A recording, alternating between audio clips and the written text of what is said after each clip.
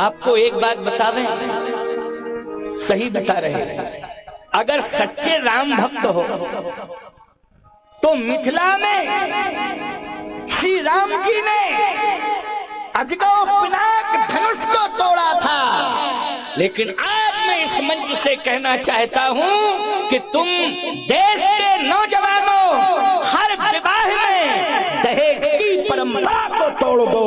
ये दहेज मांगने वाली परंपरा को तोड़ देना चाहिए। दहेज प्रसन्नता से मिल जाए, स्वेच्छा से मिल जाए, वो अवश्य लेना चाहिए, लेकिन मांग करके, डिमांड करके कभी दहेज नहीं लेना चाहिए। क्योंकि दहेज को मांगना अपने मुंह से, ईमानदारी के साथ बताना, ये पाप करना है। बोलो, है पाप करना कि नहीं? कि हम अपने बड़े बेटे का 10 लाख लेंगे क्योंकि वो बहुत अच्छी नौकरी पा गया है, इसलिए हम उसका 10 लाख लेंगे।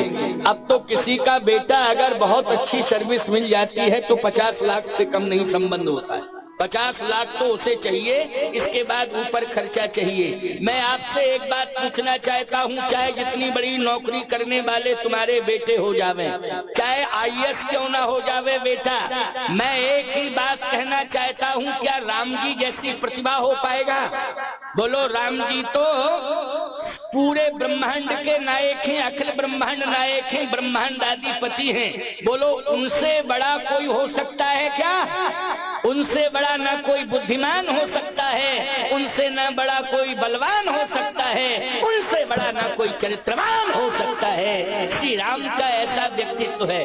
लेकिन दशरथ जी महाराज ने, बोलो, दहेज में कुछ मांगा हो तो बताओ। जब तुम मेरा गहरा नत्थू खैरा के 10-10 लाख गिनाते हो तो भगवान राम का तो कहना ही क्या है? जरा सही बताओ, क्या कोई डिमांड की महाराज श्री दशरथ ने जनक जी से कि हम अपने बड़े बेटे राम का 1 करोड़ लेंगे? अच्छा, लक्ष्मण का कोई बात नहीं है, 80 लाख दे देना। चलो, भरत सीधा साधा है, उसका 60 लाख दे देना, क्योंकि सीधे साधे को आजकल कहते नहीं बहुत ही सीधा है, तो भरत वास्तव में सीधा है, लेकिन भरत का वजन और व्यक्तित्व तो बहुत बड़ा है। चलो, 60 लाख दे देना। और शत्रुघ्न सबसे छोटा है, इसलिए कोई बात नहीं है, उसका 50 लाख दे देना। लेकिन क्या मांगा? और चाहते तो जनक जी महाराज सब कुछ दे सकते थे। वो दहेज दियो बहु भांत, ऐसा दहेज दिया है महाराज की जनक ने आज तक कोई दे नहीं पाया। लेकिन दशरथ जी ने मांगा नहीं है, बिना मांगे ही जनक जी ने दिया है। इसलिए दहेज देना पाप नहीं है, लेकिन दहेज मांगना पाप है। दहेज देना खूब चाहिए, वो सगुन का प्रतीक माना जाता है दहेज, लेकिन दहेज को मांगना नहीं चाहिए। इसलिए मैं कहता हूँ कि राम जी ने पिनाक को तोड़ा है, राम जी ने अजगौ धनुष को तोड़ा है, लेकिन तुम्हें क्या तोड़ना है देश के नौजवानों? दहेज की परंपरा को तोड़ना है। बिना मांगे ही जो मिल जावे भगवान की इच्छा से, लेकिन संकल्प ये होना चाहिए कि हमारे घर में सीता जैसी बहू आ जावे। बोलो भाई, क्या संकल्प होना चाहिए? कि हमारे घर में सीता जैसी बहू आनी चाहिए। क्योंकि सीता जी का प्रवेश अगर अयोध्या में हुआ है तो याद रखना, अयोध्या की महिमा अनंत गुनी बढ़ गई। बोलो, बढ़ गई कि नहीं? जैसे मैं आपको एक प्रमाण दे रहा हूँ, सीता जी अपने साथ में 3 बहनों को लेके आई थी, उर्मिला, मांडवी और सुरकीर्ति। अगर सीता जी राम जी को संभालने के लिए वन में जा रही हैं, राक्षसों को मारने के लिए, तो अयोध्या के राजमहलों को, राज्य को संभालने में उर्मिला, मांडवी और सुरकीर्ति का बहुत बड़ा योगदान रहा। बोलो, योगदान रहा कि नहीं रहा? याद रखना, 14 साल का प्रमाण है कि 14 साल जब तक सीता जी लौट के नहीं आ गई वन से, उर्मिला, मांडवी, सुरकीर्ति ने जनकपुर की याद नहीं की, अयोध्या को संभाला है। इसलिए अयोध्या की महिमा बढ़ती चली गई है। विपत्ति काल में जो परिवार को, कुल को संभाले, उसी को सीता कहते हैं, उसी को उर्मिला कहते हैं, उसी को मांडवी कहते हैं, उसी को सुरकीर्ति कहते हैं, जो विपत्ति काल में संभाले। इसलिए ऐसी बहू लाना है घर में कि कोई विपत्ति आ जाए तो संभाल ले घर को। बोलो भाई, ऐसी बहू मत लाना कि बहू आने से ही विपत्ति आ जाए, वो घर भर चला जाए। बोलो भाई, ऐसी बहू को नहीं लाना है। और सही बताना, दहेज का यही विस्फोट होता है कि नहीं होता है? दहेज का यही विस्फोट होता है कि एक दिन अच्छे अच्छे खानदानियों को जेल की सलाखों के अंदर जाना पड़ता है। बोलो, जाना पड़ता है कि नहीं? पूरी प्रतिष्ठा सड़कों पर नीलाम हो जाती है, सिर ऊंचा करके नहीं चल पाओगे, याद रखना। ऐसी कंडीशनें हो जाती हैं। और आपको मालूम होना चाहिए, बड़े बड़े रईसों के यहाँ, उद्योगपतियों के यहाँ तलाकें हो रही हैं। बोलो, हो रही हैं कि नहीं हो रही हैं? क्या हो रही हैं? तलाकें हो रही हैं, नाटक हो रहा है, ऐसा गंदा अभिनय हो रहा है कि लज्जा को भी लज्जा आ जाती है प्यारे। इसलिए आज संकल्प लेना है, ये दहेज की विडंबना है कि करोड़ों रुपया देने लेने का जो चक्कर पड़ा है, उसी का परिणाम है कि आज जो है कोर्ट कचहरी के चक्कर लगाने पड़ रहे हैं। आज तलाक जैसी समस्या आ गई है, आज समस्याएं घर में बढ़ती ही चली जा रही हैं। ये सारी की सारी अशांति जो छा रही है, इसके मूल में दहेज रूपी दानव है। कौन सा दानव है? ये दहेज रूपी दानव है। हमारी बात भले ही सुन करके बुरी लग रही होगी, लेकिन लग जावे तो खूब लग जावे, लेकिन हम अपनी बात स्पष्ट कहेंगे, साफ कहेंगे, आपके कल्याण के लिए कहेंगे, आपका हित हो जाए, आपके परिवार का हित हो जाए, इसके लिए हम खुलेआम मंच से इस बात को कह रहे हैं। तो आइए सुनिए जरा, मिथिला का और अयोध्या का संबंध बड़ा अद्भुत है। ऐसा ही विवाह होना चाहिए, बेटी पक्ष मिथिला की तरह हो और बेटा पक्ष अयोध्या की तरह हो। महाराज श्री दशरथ की और महाराज जनक की परंपरा, इधर अयोध्या की परंपरा में राम जैसा बेटा हो, और इधर बेटी की परंपरा में सीता जैसी बेटी होना चाहिए, तो मिथिला की परंपरा हो।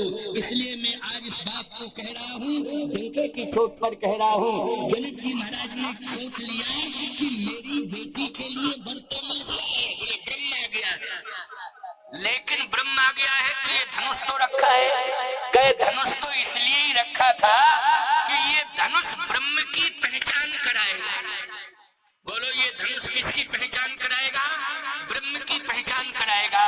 मैं आपको एक बात बताऊं, पत्थर बहुत होते हैं, लेकिन पारस पत्थर की पहचान कब होगी? जब लोहे को सोना बना दे। बोलो भाई, पारस पत्थर की पहचान कब होगी? जल्दी बोलो। वैसे तो पत्थर बहुत हैं, तमाम पत्थर हैं प्यारे, लेकिन पारस पत्थर की पहचान तभी मानी जाएगी जब वो लोहे को सोना बना दे, तो समझ में आ जाएगा कि ये असली पारस पत्थर है। ऐसे ब्रह्म की पहचान क्या है? बोले वज्र से कठोर धनुष है। बोले धनुष किससे कठोर है? याद रखना, वज्र से कठोर धनुष है। अब वज्र से कठोर धनुष है तो वज्र में बड़ी ताकत है। बोलो, है ताकत की नहीं? अब वज्र से कठोर धनुष है, वज्र में बड़ी ताकत है। वज्र भी बना है दधीच की हड्डियों से, और पिनाक भी बना है दधीच की हड्डियों से। वज्र में इतनी बड़ी ताकत है, इंद्र के पास इंद्र गरजता है वज्र को पाके, लेकिन बना किससे है वज्र? बोले महाराज दधीच, महात्मा दधीच की हड्डियों से बना है। अच्छा, ये पिनाक किससे बना है? बोले ये भी दधीच की हड्डियों से बना हुआ है पिनाक। वज्र से भी ज्यादा ताकत है पिनाक में। अब जो इस वज्र से कठोर धनुष को तोड़े, वो संसार में सर्वशक्तिमान है, सबसे बड़ा ताकतवर है, सर्वशक्तिमान जिसको कहते हैं। सर्वशक्तिमान कौन है? बोले सर्वशक्तिमान है ब्रह्म। कौन है? बोले ब्रह्म है। इसलिए प्यारे ध्यान से मेरी बात को सुनना, समझने की कोशिश करना। जनक जी ने कहा कि इस बात का संशय दूर हो जाए, जो धनुष को तोड़े वो सर्वशक्तिमान है, वही पूर्ण ब्रह्म है, और जो धनुष को नहीं तोड़ पाएगा, याद रखना, वो केवल बलवान माना जाएगा, वो केवल पहलवान तो माना जाएगा, लेकिन वो भगवान नहीं माना जाएगा। अच्छा, बलवान पहलवान को, धनवान को भगवान नहीं मानते हैं। मानते हैं क्या? भगवान नहीं मानते। भगवान किसे मानते हैं? भगवान उसे मानते हैं प्यारे, जिसके हाथ में पूरे ब्रह्मांड की सत्ता हो और और वह सत्ता उसकी मुट्ठी में समाई हो, उसको कहते हैं सर्वशक्तिमान पूर्ण ब्रह्म परमात्मा। वो है श्री राम। वो कौन है? श्री राम है। इसलिए आज पहचान करनी है इस पिनाक से कि कौन पूर्ण ब्रह्म है, कौन पूर्ण ब्रह्म है। बाकी तो सब अधूरे हैं, लेकिन राम जी पूर्ण ब्रह्म हैं।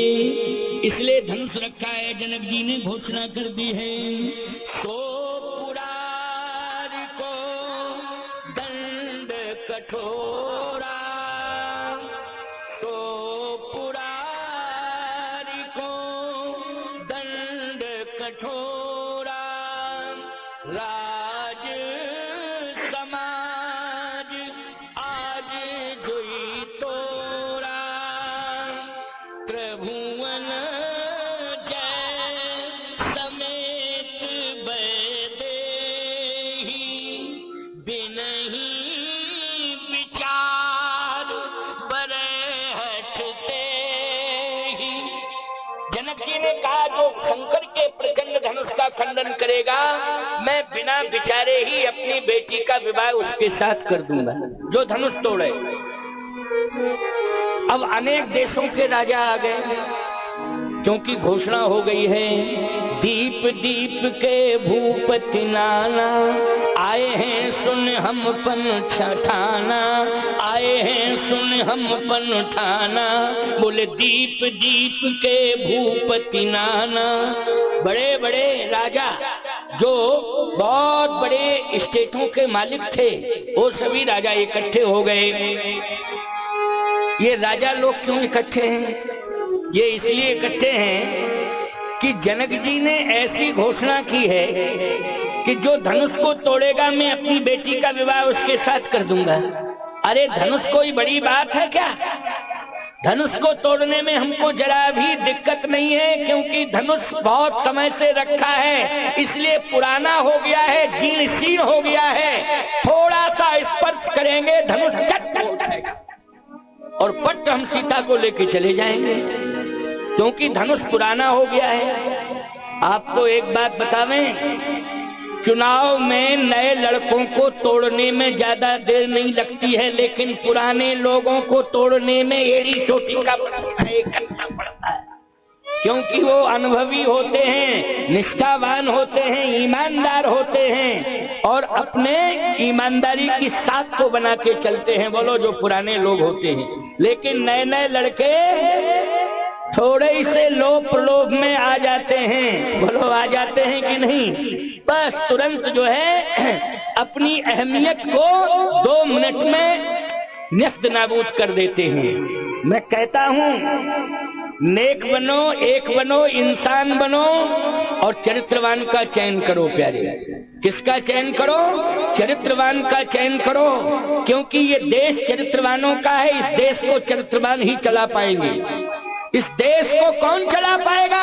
बोले चरित्रवान चला पाएगा, क्योंकि ये पूरी दुनिया में, पूरे संसार में, विश्व में भारत ही एक चरित्रवान देश है। जिस देश को चलाने के लिए चरित्रवान आता है और चरित्रवान के ऊपर भगवान की कृपा बरसती रहती है। इसलिए चरित्रवान का चयन करो प्यारे, तभी तुम्हारा हिंदुत्व सुरक्षित रहेगा, तभी तुम्हारा सनातन धर्म सुरक्षित रहेगा, तभी बहन बेटियों की अस्मिता सुरक्षित रहेगी, तभी तुम्हारे पुरखों की मर्यादा सुरक्षित रहेगी। इसलिए जीवन में हमें संकल्प लेना है कि चरित्रवान का चयन करना है। आइए, जनक जी महाराज ने जितने राजा बैठे थे सबसे कहा कि बैठे बैठे क्या कर रहे हो, तमाशा देख रहे हो? ये सामने धनुष रखा है, इसको तोड़ो। एक राजा बोला, तोड़ रहा हूं, थोड़ा मूड ठीक कर लूं, क्योंकि दूर से चल के आया हूं और तोड़ने के लिए ही आया हूं। तोड़ूंगा निश्चित रूप से, लेकिन थोड़ा सा तसल्ली से बैठने दो। जनक जी ने कहा, नहीं, टाइम नहीं बचा है बैठने का, सीधे जाओ, धनुष को तोड़ो। जैसे ही वो राजा उठा, बगल वाले राजा ने हाथ पकड़ लिया, कहा रुको, अभी इज्जत का सवाल है, तुम मत जाओ, क्योंकि तुम्हारे भाग्य में विवाह नहीं है। सीता के साथ विवाह तुम्हारे भाग्य में नहीं है, भाग्य में तो मेरे है। इसलिए मत जाओ, मेरा समर्थन कर दो, सपोर्ट कर दो कि तुम चले जाओ और तोड़ाओ, जाओ। उसने कहा नहीं, अपना अपना भाग अजमाओ, हम अपना अजमावे, तुम अपना अजमाओ। इसका मतलब ये थोड़ी है कि हम तुम्हें सपोर्ट कर दें, नहीं नहीं, अपना अपना भाग अजमाओ। अच्छा सही बताना जरा, एक भी राजा सफल हो पाया? नहीं हो पाया ना। यानी 10,000 राजा एक साथ विफल हुए हैं। बहुत बड़ी संख्या है 10,000 राजा। क्या राजा 10,000 आए थे? नहीं नहीं, 10,000 से ज्यादा थे संख्या में। रामायण पढ़ो ठीक से, स्पष्ट लिखा हुआ है, जिनके कछु विचार मन माही, चाप समीप महीप न जाही। जो चरित्रवान राजा थे, विचारवान राजा थे, वो धनुष के पास नहीं जा रहे हैं। क्यों नहीं जा रहे हैं? इसलिए वो कहते हैं कि धनुष तो राम जी तोड़ेंगे। कौन तोड़ेंगे? बोले राम जी तोड़ेंगे। राम जी के अलावा कोई धनुष नहीं तोड़ सकता। क्यों? बोले वज्र से कठोर धनुष है और ये पूर्ण परमात्मा आया हुआ है, इसलिए इस पूर्ण परमात्मा जिसमें ब्रह्मांड को उठाने की और धारण करने की ताकत है, वही धनुष को तोड़ेगा और कोई दूसरा नहीं तोड़ सकता है। इसलिए जिनके कछु विचार मन माही, चाप समीप महीप न जाही। और जो राजा जा रहा था उससे हाथ जोड़ के कहता है, आगे खड़े होकर के, राजा रुको भैया रुको। क्यों? कहाँ जा रहे हो? चाहे धनुष को तोड़ने के लिए, मत जाओ मत जाओ। क्यों? धनुष को मत देखो। अगर अपने दुर्भाग्य को सौभाग्य में बदलना चाहते हो तो प्रभु राम को देखो। किसको देखो? प्रभु राम को देखो। जगत पिता रघुपति बिचारी, ओ भरी लोचन छबीले हो निहारी। उस राजा ने कहा, अगर तुम्हें देखना है तो धनुष को देखने से कल्याण नहीं होगा, बल्कि श्री राम का दर्शन करो, इनको देखने से कल्याण हो जाएगा। इसलिए राम का दर्शन करो। जगत पिता रघुपति बिचारी, ओ भरी लोचन छबिले हो निहारी। दर्शन करो दर्शन करो। अच्छा एक बात बताओ, तुम्हारी आंखें भगवान के दर्शन के लिए बनी है कि नहीं बनी है? किसके लिए? भगवान के दर्शन के लिए। तुम्हारी आंखें संतों के दर्शन के लिए बनी हैं। तुम्हारी आंखें सरजू मैया के दर्शन के लिए बनी हैं। तुम्हारी आंखें गंगा मैया के दर्शन के लिए बनी हैं। तुम्हारी आंखें पृथ्वी मैया के दर्शन के लिए बनी हैं। तुम्हारी आंखें गैया मैया के दर्शन के लिए बनी हैं। बोलो बनी है कि नहीं? तुम्हारी आंखें माता पिता के दर्शन के लिए बनी हैं। इसलिए पवित्र संबंध जोड़ो इन आंखों से, उसी को देखो जिससे तुम पवित्र संबंध जोड़ सकते हो। ये आंखें पवित्रता के लिए हैं, ये आंखें भगवान के दर्शन के लिए हैं। जगत पिता रघुपति बिचारी, भरी लोचन छबीले हो निहारी। भगवान का दर्शन करो दर्शन करो दर्शन करो भगवान का। उस राजा ने कहा, हट जा तू मेरी आंखों के सामने से। अभिमानी था। उसने कहा कि हम धनुष देख रहे हैं, हम किसी को नहीं देख रहे हैं। अच्छा बोलो भाई, धनुष भी अहंकार का प्रतीक है, क्योंकि अहंकार शिव बुद्ध अज मनसि चित्त महान। बोले शिव जी अहंकार के देवता हैं, ब्रह्मा जी बुद्धि के देवता हैं और चंद्रमा मन का देवता है, और ये शंकर जी का धनुष है, इसलिए अहंकार का प्रतीक है। और आप सब जानते हो, अहंकारी कभी भी भगवान को देखना पसंद नहीं करता है। वो भगवान को नहीं देखता है अहंकारी, वो किसे देखता है? याद रखना, अहंकारी अहंकार को ही देखता है, उसे अहंकार ही दिखाई देता है। अहंकार के अलावा और कुछ भी दिखाई नहीं देता है दुनिया में। इसलिए धनुष ही दिखाई दे रहा है अहंकारी राजाओं को, क्योंकि वो अहंकार का प्रतीक है। अहंकारी को अहंकार दिखाई देता है। अब विचारवान श्रोताओं विचार करना, उस राजा ने कहा कि जगत माता जानकी हैं, जगत पिता प्रभु राम हैं, दोनों के दर्शन से कल्याण है। अहंकारी राजा ने कहा हट जा मेरी आंखों के सामने, तू कर ले जगत पिता का और जगत माता का दर्शन, मैं तो धनुष के पास जाऊंगा और धनुष को उठाऊंगा, तोड़ूंगा और सीता के साथ नाता जोड़ूंगा और ले जाऊंगा। धार्मिक राजा था, साधु राजा, उसने प्रणाम किया, कहा प्रभु इनकी मति मारी गई है, मेरा समझाना धर्म था लेकिन अब हम समझाएंगे नहीं, क्योंकि विनाश काले विपरीत बुद्धि, नहीं मानता है तो चला जा।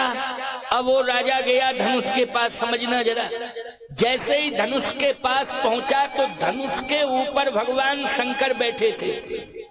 कौन बैठे थे? भगवान शंकर, क्योंकि शंकर जी का धनुष है तो धनुष के ऊपर कौन बैठेंगे? बोलो भाई, शंकर जी बैठेंगे धनुष, क्योंकि जिसका धनुष है वही बैठेगा। तो शिव जी बैठे हुए थे। अब शिव जी में पावर बहुत है, क्योंकि तीसरा नेत्र इसमें करंट है। बोलो है पावर कि नहीं तीसरे नेत्र में? अच्छा, बिजली का तार अगर तुम छू लोगे जिसमें करंट होगा तो वो जला देता है कि नहीं जला देता है? जल्दी बोलो, जला देता है। ऐसे ही बिजली का तार किसी से जुड़ जावे, अगर आप उसे भी पकड़ लोगे तो आप में करंट आ जाता है। बोलो भाई, बिजली का तार यदि किसी खंभे से जुड़ जावे, लोहे के खंभे से, तो बोलो उसमें भी क्या आ जाता है? बोले करंट आ जाता है। ऐसे ही शंकर जी के पास तीसरा नेत्र है। इस नेत्र में ये ताकत है कि अगर तीसरा नेत्र खुल गया तो भस्म कर देता है जला के, इसमें अग्नि का वास है। इसलिए शिवजी धनुष के ऊपर बैठे हुए हैं। जैसे ही ये राजा धनुष के पास पहुंचा, इसने छूने की कोशिश की तो ऐसा करंट लगा, धक्का के एकदम बैक हो गया। और मन ही मन कहता है कि प्राण बचे तो लाखों पाए। बहुत बढ़िया, प्राण ही बच गए, यही बहुत है। इसमें तो करंट था और ये बड़ा खतरनाक है, बहुत ही ज्यादा खतरनाक है। इसमें करंट है, छू लो बस प्राण निकल जाए। बच गए, वो तो एक झटका भर लगा, बच गए। बहुत बढ़िया, हमारा भाग्य था, बच गए। अब लौट रहा था, सामने वाला राजा जा रहा था। उसने ये नहीं कहा कि तुम मत जाओ, खतरा है। वो यही सोच रहा है कि हम तो बच गए हैं, अब ये बगल वाला मर जावे, ये ना बचे, ये मर ही जावे। अच्छा बोलो, आजकल यही भावना है कि नहीं? सही बताओ, यही भावना है कि हम बचें बाकी सब मरें, हम बचें, हमारी इज्जत बचे, बाकी सबकी इज्जत मिट्टी में मिल जावे। बोलो, आज यही सोच हो गई है निकृष्ट की नहीं प्राणी की। याद रखना हिंदुओं, अगर ये तुम्हारी आपस में निकृष्ट सोच बनी रही तो निश्चित रूप से तुम बहुत बड़ा धोखा खा जाओगे। इसलिए मैं कहता हूं कि ईर्ष्या को दूर करो और एक हो जाओ, एक दूसरे का साथ दो, एक दूसरे के काम आना, अपने जीवन का संकल्प बना लो कि हम एक दूसरे के काम आएंगे, हम एक दूसरे का हित करेंगे, हम निश्चित रूप से एक दूसरे के साथ चलेंगे, हम एक दूसरे की इज्जत को रखने का संकल्प लेते हैं, इज्जत का ध्यान रखेंगे, किसी की इज्जत खराब ना होने पावे, किसी का सम्मान न जाने पावे, सबके सम्मान के साथ जुड़ो, सबकी इज्जत के साथ जुड़ो, सबकी प्रतिष्ठा के साथ जुड़ो। ये राम कथा का मंच तुम्हें यही प्रेरणा दे रहा है, यही प्रेरणा दे रहा है। याद रखना, हमारा ग्रंथ इतना उदार है, आचार संहिता है कि कोई भी अगर रामायण के अनुसार चल जाए तो उसके हृदय में परिवर्तन आ जाएगा, उसके जीवन में अभूतपूर्व परिवर्तन आ जाएगा। तो आज मैं इस बात की घोषणा कर रहा हूँ कि वो राजा जिससे धनुष नहीं हिला, छूने के लिए जैसे ही पहुंचा पकड़ने के लिए, वैसे ही करंट लग गया, पीछे पहुंचा, हिल गया शरीर, बच गया, मैं बच गया, ऐसा कहता हुआ वापस आ रहा है। अब दूसरा राजा जा रहा है, वो ये सोच रहा है कि हम बच गए, ये मर जावे, हम तो बच ही गए लेकिन ये ना बचे, ये मर जावे। अब दूसरा वाला राजा गया तो उसके साथ भी वही हाल हुआ, एकदम धक्का लगा और पीछे हो गया वो। उसने कहा इसमें तो बहुत बड़ा पावर है। तीसरा राजा जा रहा था, उसने भी सोचा दूसरे राजा ने कि हम तो बच ही गए हैं लेकिन ये ना बचे। इस तरह से एक दूसरे के प्रति सद्भाव नहीं है, एक दूसरे के प्रति सौहार्द नहीं है। एक दूसरे के प्रति हमदर्दी का भाव नहीं है प्यारे। यही एक विडंबना है। और जब तक ये विचारधारा बनी रहेगी विफल ही विफल रहोगे, सफल नहीं हो पाओगे। इसलिए सफल कौन होता है? जिसके अंदर दूसरों का हित करने की भावना हो। बोलो भाई, दूसरों का हित करने की भावना हो, वही सफल होता है, वही सफल होता है प्यारे। हिंदुस्तान की विशेषता यही है और रही है, लेकिन आज हम सब इस परंपरा से दूर होते जा रहे हैं। निश्चित रूप से हमारे जीवन का बहुत बड़ा नुकसान हो रहा है, हमारे जीवन में बहुत बड़ी कमियां आती जा रही हैं, क्योंकि हम रामायण की परंपरा से कोसों दूर होते जा रहे हैं। हमें रामायण की परंपरा से जुड़ने की आवश्यकता है। रामचरितमानस शिक्षा देती है कि भगवान श्री राम ने सबको जोड़ा है, सबकी समस्याओं को सुना है, सबकी समस्याओं को सुन करके दूर किया है प्रभु राम ने। ये राम का रामत्व है। फिर राजाओं ने तो समस्या में समस्या पैदा कर दी है। अब जब एक एक करके सभी राजा गए, वो विफल हो गए, सफल कोई नहीं हुआ, विफल होते गए। अब जब विफल हुए तो जनक जी ने कहा कि 10,000 राजा क्रम क्रम से गए, लेकिन एक भी राजा सफल नहीं हुआ। अब तो लगता है कि ये धनुष तोड़ नहीं पाएंगे। जनक जी ने कहा तो अब तुम लोग क्यों बैठे हो? अपने अपने घर जाओ, अपने अपने घर जाओ, यहाँ बैठने की अब कोई आवश्यकता नहीं है। क्योंकि तजहु आस, तजहु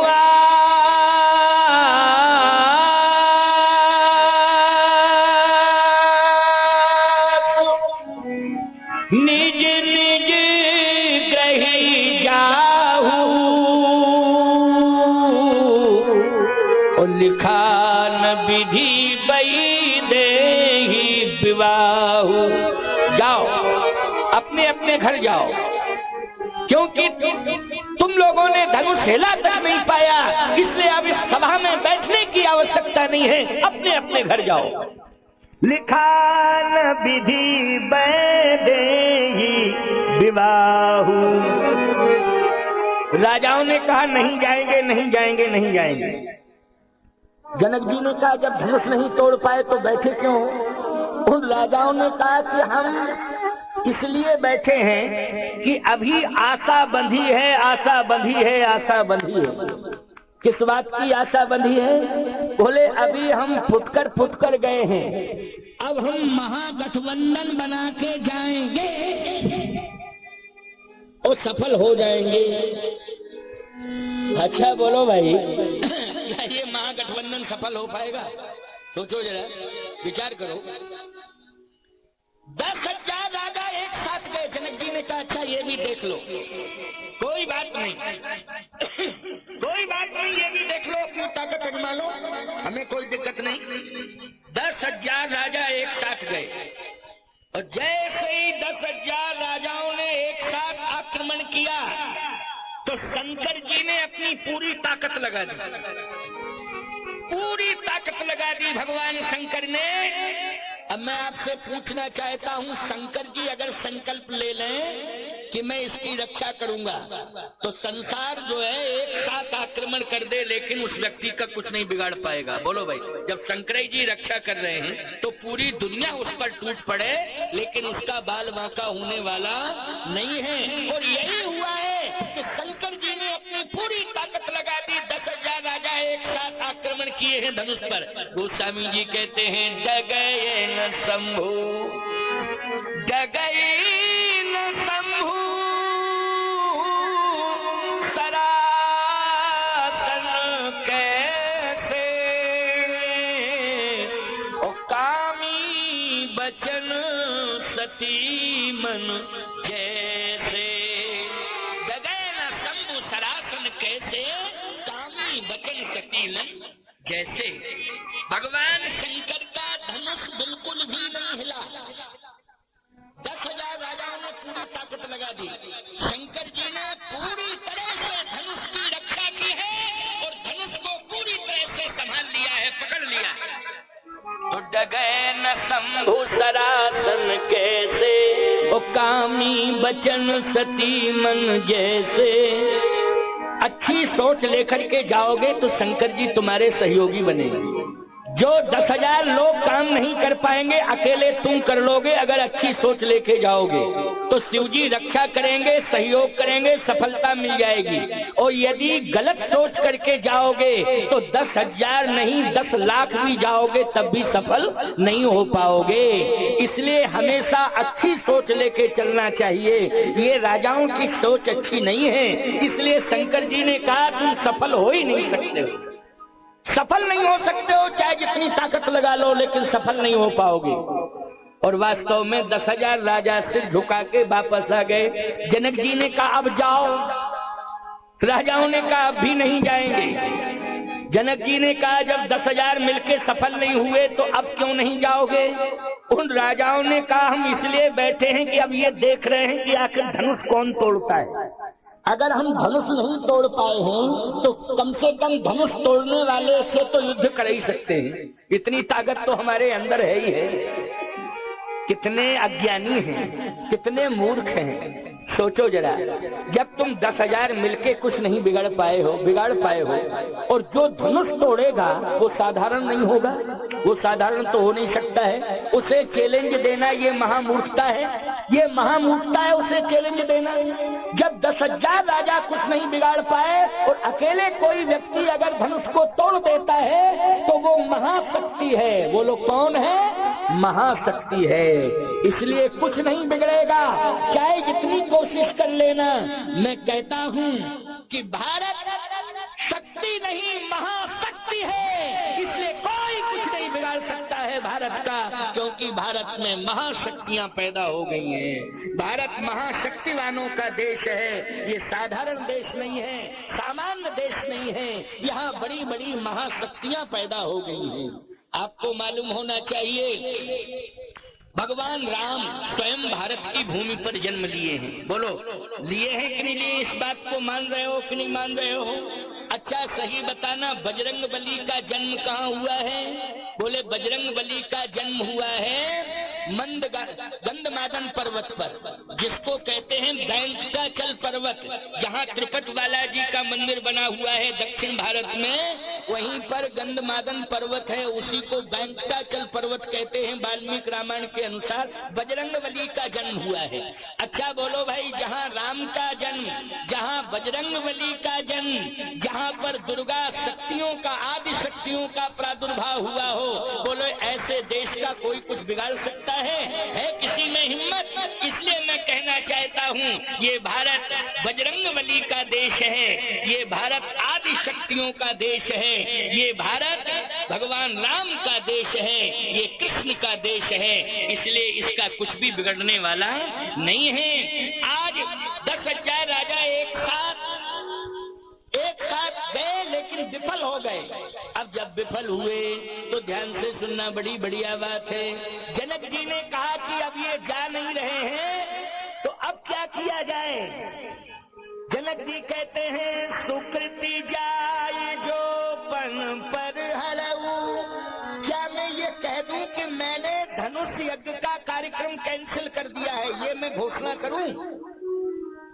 ये मैं घोषणा नहीं कर सकता हूं कि मैंने धनुष यज्ञ का कार्यक्रम कैंसिल कर दिया है। क्यों?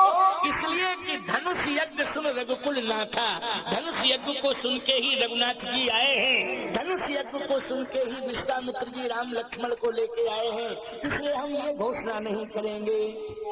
लेकिन अगर मैं प्रण का पालन करता हूँ तो मेरी बेटी का क्या होगा, ये मैं नहीं समझ पा रहा हूँ। सतानंद जी ने उसी समय कहा चिंता मत करो जनक जी, रोने की आवश्यकता नहीं है। जनक जी ने कहा कि रोने की आवश्यकता इसलिए है कि बेटी का विवाह नहीं हो पा रहा है, तो रोएगा नहीं बाप तो क्या करेगा। सतानंद जी गुरुजी हैं, उन्होंने कहा रोना नहीं है, सीता का विवाह होगा और जनक जी समस्या का समाधान होगा। लेकिन कब होगा? जब धनुष टूटेगा तब होगा। सतानंद जी ने कहा समय से ही धनुष टूटेगा, समय के पहले नहीं टूटेगा। एक बात बताओ, तुमने गेहूं बोया, लेकिन मैं एक बात कह रहा हूं, आप ध्यान से सुनना। आपको समय से ही गेहूं मिलेगा कि नहीं मिलेगा? आप सोचो, मैंने आज बोया, कल मैं काट लूं उसको। बोलो किसान हो, ईमानदारी से बताओ संभव है क्या ये? आपने गेहूं बोया है तो निश्चित रूप से गेहूं की फसल आपको मिलेगी। जब गेहूं पक जाएगा, समय से पकेगा वो, उसके पकने का एक समय है, और समय से पकेगा तो समय से आपको मिलेगा ही मिलेगा, ये पक्की बात है। तो कहने का तात्पर्य मेरा ये है कि बेटी अगर घर में जन्म ली है तो ये कन्फर्म है कि उसका विवाह होगा, लेकिन जब समय आ जाएगा तो निश्चित रूप से विवाह हो जाएगा। इसमें पिता को चिंता करने की आवश्यकता नहीं है, समय का इंतजार उसे करना ही पड़ेगा। तो जनक जी को समझा रहे हैं सतानंद जी कि थोड़ा समय का इंतजार कर लो, समय से विवाह होगा, ये कन्फर्म है कि विवाह होगा, लेकिन थोड़ा समय आ जाने दो। कहे धनुष टूटेगा तब विवाह होगा, तो धनुष के टूटने वाला भी समय आएगा तो धनुष टूट जाएगा, क्योंकि धनुष के टूटने का भी समय अभी नहीं आया है, इसलिए धनुष नहीं टूटा है।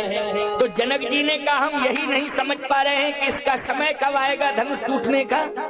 सतानंद जी ने कहा इसके बारे में विश्वामित्र जी जानते हैं, और विश्वामित्र जी बैठे हैं, उन्हें मालूम है कि समय धनुष टूटने वाला आएगा तो समय से धनुष टूट जाएगा। तो धनुष तोड़ने वाला तो उठ ही नहीं रहा है। सतानंद जी ने कहा जनक जब धनुष के टूटने का समय आ जाएगा तो तोड़ने वाला अपने आप उसके धनुष के पास पहुंच जाएगा, तुम्हें चिंता करने की जरूरत नहीं है। बस थोड़ी ही देर में समय आ गया। विश्वामित्र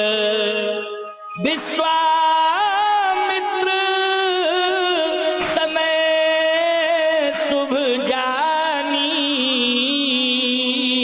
ओ बोले में बानी। विश्वामित्र समय शुभ जानी, बोले अति सने में बानी। उठहु राम भैया भव चापा, मैं जहु तात जनक परितापा। हे राम उठो, धनुष को तोड़ो और जनक के संताप को दूर करो, मेरी आज्ञा है, अब विलंब करने की आवश्यकता नहीं है, क्योंकि धनुष टूटने का समय आ गया और सीता से नाता जोड़ने का भी समय आ गया है। इसलिए विश्वामित्र समय शुभ जानी, वो बोले अति सने मैं बानी। उठहु राम भैयो भव चापा, मैं जहु तात जनक परितापा। उठो राम। राम जी खड़े हो गए, क्योंकि गुरुजी की आज्ञा मिले और राम जी खड़े ना हो। गुरुदेव की आज्ञा पाके राम जी खड़े हो गए। जाओ राम, मेरी आज्ञा है, तुम धनुष को तोड़ो। तो सही जही चले सकल जग स्वामी। देखो धनुष तोड़ने के लिए जा रहे हैं। 10,000 राजा जिसे हिला नहीं पाए, भगवान एक सेकंड नहीं लगेगा उसे तोड़ देंगे। अच्छा, धनुष तोड़ने के लिए भगवान जा रहे हैं, लेकिन विचारवान श्रोताओं विचार करना, सहज भाव से जा रहे हैं। बोलो जा रहे हैं कि नहीं जा रहे हैं? जीवन में जो व्यक्ति अच्छा सोचता है वो कभी छटपटाता नहीं। जो व्यक्ति अच्छे राह पर चलता है वो व्यक्ति घबराता नहीं। वो व्यक्ति घबराता नहीं। अच्छी राह पर चलने वाला व्यक्ति, देखो गलत रास्ते पर अगर कोई चलेगा तो घबराएगा। बोलो घबराता है कि नहीं घबराता है? गलत रास्ते पर कोई चलता है तो घबराता है, लेकिन सच्चे रास्ते पर, सही रास्ते पर कोई चलता है तो घबराता नहीं है। भगवान राम सच्चे रास्ते पर, सही रास्ते पर चल रहे हैं, क्योंकि गुरुदेव की आज्ञा मिली है और गुरुदेव ने ही रास्ता बताया है और उन्हीं के बताए हुए रास्ते पर चल रहे हैं। बोलो सही रास्ता है कि नहीं? राम जी को उठाया है और चलाया है और धनुष के पास भेजने के लिए इशारा किया है। बोलो किसने किया है? बोले गुरुदेव ने किया है। इसलिए गुरुदेव इशारा करें कि इस रास्ते से जाओ, वो काम करके आओ, तो ईमानदारी से बताओ रास्ता भी सफल है और कार्य भी सफल है, क्योंकि गुरुदेव की आज्ञा मिल गई है। इसलिए गुरुदेव की आज्ञा पाके राम जी जा रहे हैं। बोले सही जई चले सकल जग स्वामी, मनहु मतवर कुंजर गामी। जैसे हाथी चलता है, वैसे ही चल रहे हैं। अच्छा, हाथी की चाल की विशेषता होती है क्या? हाथी किसी गांव में आ जाए तो पहली बात तो यह है कि घर घर से लोग निकल के आ जाते हैं और कहते हैं हमारे यहाँ गणेश जी आ गए हैं। अच्छा, कुछ लोग तो आरती उतारने लगते हैं। क्यों? हाथी गांव में आता है तो कुछ लोग जो है आरती उतारने लगते हैं कि नहीं? लेकिन आपने देखा होगा कि हाथी की आरती हर दरवाजे पर उतरती है, लेकिन गांव के कुत्ते इकट्ठे होकर हाथी के पीछे भौंकते रहते हैं। क्यों? पूरे गांव के कुत्ते इकट्ठे हो जाते हैं और हाथी के पीछे भौंकना शुरू करते हैं। लेकिन उन कुत्तों को ये मालूम नहीं है, बड़े बदतमीज कुत्ते हैं, उन्हें ये मालूम नहीं है कि जिस मालिक के यहाँ हमें रोटी मिल रही है, वो मालिक जिसका सम्मान कर रहा है, कम से कम हम उसी दरवाजे का टुकड़ा खाते हैं, हमें भी सम्मान करना चाहिए। लेकिन वो कुत्ते भौंकते हैं। हाथी इतना महान और गंभीर होता है कि कुत्ते भौंकते रहते हैं, हाथी चलता रहता है। अगर पूंछ ही मार दे हाथी पीछे से तो कुत्तों की त्रयोदशी हो जाएगी, एक नहीं बचेगा कुत्ता। याद रखना, एक कुत्ता नहीं बचेगा, पूंछ में इतनी ताकत है। लेकिन हाथी पूंछ का भी प्रहार नहीं करता है, हाथी मुड़ के भी नहीं देखता है। कुत्ते भौंकते रहते हैं लेकिन हाथी का सम्मान बढ़ता रहता है, तो हाथी सम्मान पाके सफल हो जाता है। लेकिन कुत्ते कुत्ते ही रहते हैं, वो भौंकते ही रहते हैं, वो भौंकते भौंकते मर जाते हैं। और लोग कहते हैं कि कुत्ते की मौत मरोगी। उदाहरण भी देते हैं लोग, तो कुत्ते का देते हैं कि गलत काम करोगे तो कुत्ते की मौत मरोगे। लोग कुत्ते का उदाहरण देते हैं, इसलिए सावधानी से मेरी बात को सुनना। भौंकने वालों, भौंकना मत। अच्छा कार्य कोई कर रहा है उसे सम्मान मिलेगा, उसे निश्चित रूप से गांव गांव में सम्मान मिलेगा, क्योंकि अच्छा काम जो करेगा उसे सम्मान मिलेगा ही मिलेगा। लेकिन कुत्ते चाहे जितने भौंकते रहें, भौंकते ही रहेंगे, उसका बिगड़ेगा कुछ भी नहीं, वो तो सफल ही हो जाएगा। उसकी पूजा तो हर घर में होगी, हर गांव में होगी। बस इतना तुम्हें तय करना है कि हम गंभीर हो जाएं। किसकी तरह? बोले हाथी की तरह गंभीर हो जाएं। हमारे काम इतने बड़े बड़े काम का अर्थ होता है कि हम सबकी बात सुने, हम सबकी बात सुने। इतनी क्षमता हमारे अंदर होना चाहिए। हाथी का पेट बड़ा होता है, हमारी क्षमता इतनी होनी चाहिए कि सबकी बात सुन के हम पचा लें, सबकी बात सुन के हम पचा लें। बड़ी बड़ी डालियों को चबा जाता है, हाथी वो पचा लेता है। बोलो पचा लेता है कि नहीं पचा लेता है? ये हाथी में क्षमता है। ना बरगद बचे हैं ना पीपल बचे हैं, हाथी पचा गए। बोलो पचा गए कि नहीं? तो पचाने की क्षमता, इतने बड़े कान होना चाहिए कि सबकी बात हम सुन सकें और सबकी बात को हम पचा लें। सम्मान तुम्हारा बढ़ता ही रहेगा। कच्चा कान का नहीं होना चाहिए कि हमने सुना और तुरंत एक्शन ले लिया, बात झूठी थी लेकिन हमने लड़ाई करना शुरू कर दिया। ये सबसे बड़ा अपराध होगा और सबसे बड़ी गलती मानी जाएगी। इससे तुम्हारा विकास रुक जाएगा।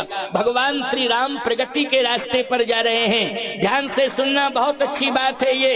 धीरे धीरे चलते गए राम जी, धीरे धीरे चलते गए, धनुष के पास पहुंचे। अब धनुष जो है, जैसे ही राम जी को देखता है तो धनुष छोटा हो गया, राम को देख के छोटा हो गया। दाहिन दियो पिनाक, दाहिन दियो पिनाक, तो समिट के भयो मलाक। जैसे ही भगवान ने दाहिनी परिक्रमा की तो धनुष छोटा हो गया। अब राजाओं के लिए धनुष बड़ा था और राम के लिए धनुष छोटा है। बोलो कितना बड़ा अंतर आया? आया कि नहीं? राजा जा रहे थे तो बढ़ रहा था धनुष, और राम जी पहुंचे तो धनुष छोटा हो गया। भगवान राम ने कहा डरो मत। धनुष ने कहा नहीं, डर नहीं रहा हूँ। राम जी ने कहा इसलिए तो तुम छोटे हो गए हो कि समझ रहे हो मैं तोड़ने के लिए आया हूँ, लेकिन मेरा काम है जोड़ने का। मेरा काम तोड़ने का नहीं है। राम जी ने कहा मेरा काम जोड़ने का है, लेकिन गुरुदेव की आज्ञा है। जब तक गुरुदेव ने नहीं कहा तब तक मैं नहीं आया। अब गुरुदेव की आज्ञा है कि जाओ राम, मेरी आज्ञा है तुम धनुष को तोड़ो, इसलिए मैं तोड़ने के लिए आया हूँ। लेकिन एक वचन दे रहा हूँ, क्या? अभी मैं तोड़ूंगा और तोड़ने के बाद सीधा तुम्हें बैकुंठ भेजूंगा, और बैकुंठ में जो विशेष स्थान होगा उस पर तुम्हें स्थापित कर दूंगा। अभी तक सम्मान मिथिला की भूमि पर तुम्हारा हुआ है, अब बैकुंठ में तुम्हारा सम्मान होगा, क्योंकि मैं तोड़ रहा हूँ, मजबूरी में तोड़ रहा हूँ, लेकिन भेजूंगा तुम्हें बैकुंठ, चिंता मत करना। धनुष बोला नहीं प्रभु, मुझे बैकुंठ नहीं जाना है। भगवान ने कहा क्यों? धनुष ने कहा इसलिए कि आपके रहने से बैकुंठ की महिमा है। जब आप ही छोड़ के चले आए बैकुंठ को, तो हमारी दृष्टि में बैकुंठ की कोई महिमा नहीं है। अच्छा सही बताना, महिमा किससे है बैकुंठ की? बोलो, भगवान के रहने से है कि नहीं? किसके रहने से है? भगवान के रहने से महिमा है। और भगवान ही छोड़ के चले आए। धनुष बोला तो महिमा हम नहीं मानते कि बैकुंठ की कुछ भी बची है। आप ही ने छोड़ दिया तो हम बैकुंठ, केवल बैकुंठ नाम का बैकुंठ है, महिमा कुछ नहीं रही। तो भगवान ने कहा मैं अयोध्या में आया। धनुष ने कहा अयोध्या में आप आए तो अयोध्या की महिमा बढ़ गई, आपके आने से महिमा बढ़ गई है। लेकिन प्रभु मिथिला की महिमा अयोध्या से ज्यादा बढ़ गई। क्यों? अयोध्या के राजा और रानी ने तपस्या की है, तब आपको बैकुंठ से अयोध्या बुला पाए। लेकिन धन्य है मिथिला की भूमि कि बिना ही बुलाए आप बिना निमंत्रण के चले आए हैं, इसलिए मिथिला की और महिमा बढ़ गई है। भगवान ने कहा तो मिथिला में रहोगे क्या? धनुष बोला मिथिला में तब रहूंगा जब आप परमानेंट रहो तो मैं रहूं। फिर क्या चाहते हो? धनुष कहता है कि मैं यही चाहता हूं कि आप अपने हाथ से मुझे तोड़े, मेरी इच्छा है, क्योंकि मैं इसलिए तो इंतजार कर रहा था कि आपके हाथों से टूटूं। तो भगवान ने कहा कि मेरे हाथ से टूट जाओगे तो मिथिला में ही तो पड़े रहोगे। धनुष कहता है इतनी कृपा करना कि आप तोड़ के अपने चरणों में थोड़ी सी जगह दे देना। मेरे चरणों में जगह है? क्यों? धनुष ने कहा बड़े बड़े ऋषि मुनि महात्मा चाहे अयोध्या में रह रहे हो, चाहे मिथिला में रह रहे हो, चाहे चित्रकूट में रह रहे हो, इसलिए भजन कर रहे हैं कि थोड़ी सी जगह भगवान के चरणों में मुझे मिल जाए। अच्छा बोलो, अयोध्या के महात्मा क्यों भजन कर रहे हैं अयोध्या में? कि भगवान के चरणों में जगह मिल जाए। अयोध्या के महात्मा इसलिए भजन कर रहे हैं कि हमें थोड़ी सी जगह लोकसभा में मिल जाए, विधानसभा में मिल जाए। अरे लोकसभा विधानसभाएं चलती रहेंगी, लेकिन सही बात तो यह है कि महात्मा जो भजन कर रहे हैं वो इसलिए कर रहे हैं, चाहे चित्रकूट में रह के करें, चाहे अयोध्या में रह के करें, चाहे मिथिला में रह के करें, चाहे हरिद्वार में रह के करें, चाहे नैमिषारण्य में रह के करें, लेकिन भजन का अर्थ यही है कि प्रभु भजन के प्रभाव से थोड़ी सी जगह आप अपने चरणों में दे देना। धनुष ने कहा यदि मैंने मिथिला में रह करके कुछ साधना की हो तो उसका फल मुझे यही मिले कि आपके चरणों में जगह मिल जाए। पद राजीवो वरण नहीं जाही, पद राजीवो वरण नहीं जाही, पद राजीवो वरण नहीं जाही, पद राजीवो वरण नहीं जाही। मुनि मन मधुप बसै जिन माही, मुनि मन मधुप बसै जिन माही।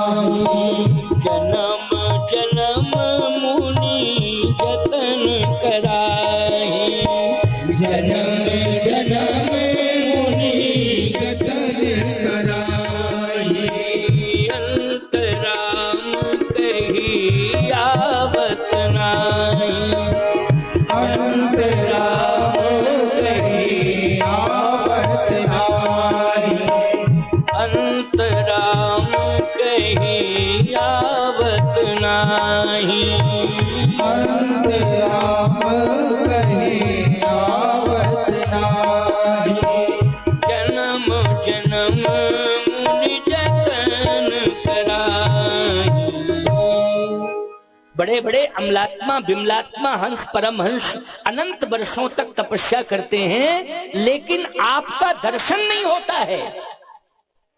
प्रभु आप आ गए और मुझे दर्शन मिल रहा है। बोलो मिल रहा है दर्शन कि नहीं? सामने खड़े हैं आप, स्वयं चल के मेरे पास आए हैं और आपको गुरुदेव ने भेजा है। यानी मेरे ऊपर दोनों की कृपा है, संत की कृपा और भगवंत की कृपा। बोलो दोनों की कृपा हो गई कि नहीं? यानी संत कृपा, भगवंत कृपा, गुरुदेव ने, महात्मा ने भेजा है, विश्वामित्र जी महाराज ने भेजा है। तो संत की कृपा और आप स्वयं आ गए, भगवंत की कृपा है। इसलिए मैं कितना भाग्यवान हूँ, कितना भाग्यशाली हूँ। लेकिन थोड़ी सी कृपा कर दो, तोड़ के चरणों में जगह दे दो।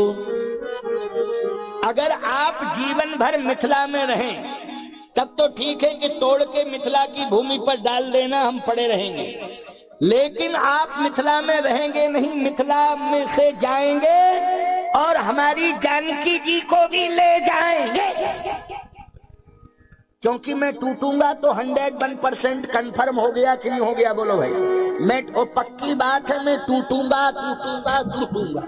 और आप ही के कारण नहीं टूटा अभी तक, इसलिए अब कंफर्म है कि आपके हाथ से मुझे टूटना ही है। और मेरा टूटना बड़ा सौभाग्य का विषय है।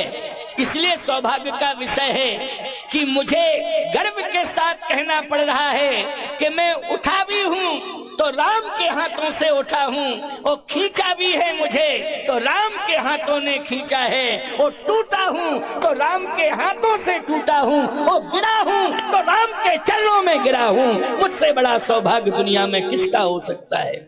धनुष ने कहा मुझसे बड़ा सौभाग्य तो दुनिया में किसी का नहीं होगा। लेकिन प्रभु आप रहेंगे नहीं और जानकी जी को लेके भी चले जाएंगे, तो मेरी इच्छा ये है कि जब मेरे टूट के 2 भाग हो जाएं तो आधा भाग आप अपने चरणों में जगह दे करके मुझे स्थान देना, और आधा भाग मेरा धनुष कहता है, आधा भाग श्री जानकी किशोरी के चरणों में रहेगा। इसलिए सीताराम दोनों के चरणों में रहने का सौभाग्य मुझे सदा मिलेगा। जहाँ जहाँ सीताराम के चरण जाएंगे हम उन्हीं चरणों में रहेंगे, मुझे नित्य दर्शन करने का अवसर प्राप्त होगा। इसलिए प्रभु मेरी प्रार्थना स्वीकार कर लो। भगवान ने कहा एव मस्तु ऐसा ही होगा।